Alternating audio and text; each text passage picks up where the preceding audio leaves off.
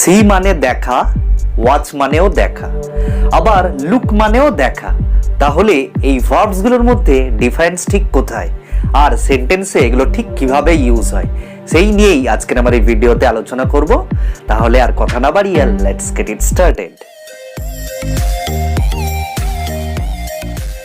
কোনো কিছু মুভ করছে বা নড়াচড়া করছে এমন জিনিসের দিকে অনেকটা সময় ধরে যখন দেখতে বলা হয় তখন আমরা ইউজ করব ওয়াচ।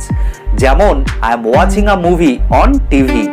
টিভিতে মুভি আমরা অনেকক্ষণ ধরে দেখি, তাই ইউজ করলাম ওয়াচ। আর এখানে ক্যারেক্টারস গুলো সব নড়াচড়া করছে, তাই বলবো I am watching a movie on TV. আবার বলতে পারি Rohit is watching a cricket match. Cricket ম্যাচে সব প্লেয়ার্সরা নড়াচড়া করে আর এটা অনেক সময় ধরে দেখা হয়, তাই এখানে ইউজ করতে হবে ওয়াচ। আবার এই যে আপনারা আমার এই ভিডিও দেখছেন, এখানে আমি বলবো you are watching my video. You are watching my video. এই ভিডিওতে আমি এখানে নড়াচড়া করছি, একটা ক্যারেক্টার নড়াচড়া করছে, তাই ইউজ হবে ওয়াচ। এবার যে ভার্বটা সেটা হলো লুক। লুক কখন ইউজ করব আমরা? কোনো কিছুর দিকে অল্প সময়ের জন্য ডিরেক্টলি যখন দেখতে বলা হয় তখন আমরা ইউজ করব লুক। যেমন লুক অ্যাট মি, আমার দিকে দেখো। আবার বলতে পারি লুক অ্যাট দ্য স্কাই, আকাশের দিকে দেখো। একটা ছোট্ট পাপি যদি বল নিয়ে খেলা করে, ওটাকে যদি আমরা দেখতে বলি কি বলবো ইংরেজিতে? লুক দ্য পাপি is playing with a ball. Look the পাপি ইজ প্লেইং উইথ আ বল। এবার যে ভার্বটা নিয়ে আলোচনা করব সেটা হলো সি। সি কখন ইউজ করব আমরা? মনে করুন আপনি কোনো কিছু দেখতে মোটেও প্রস্তুত ছিলেন না, হঠাৎ আপনার চোখের সামনে পড়ে গেল কোনো কিছু, তখন আমরা ইউজ করব সি।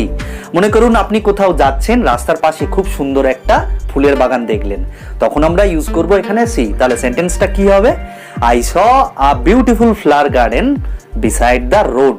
রাস্তার পাশে আমি একটা সুন্দর ফুলের বাগান দেখলাম। আর একটা সেন্টেন্স হতে পারে I saw a dog chasing a cat.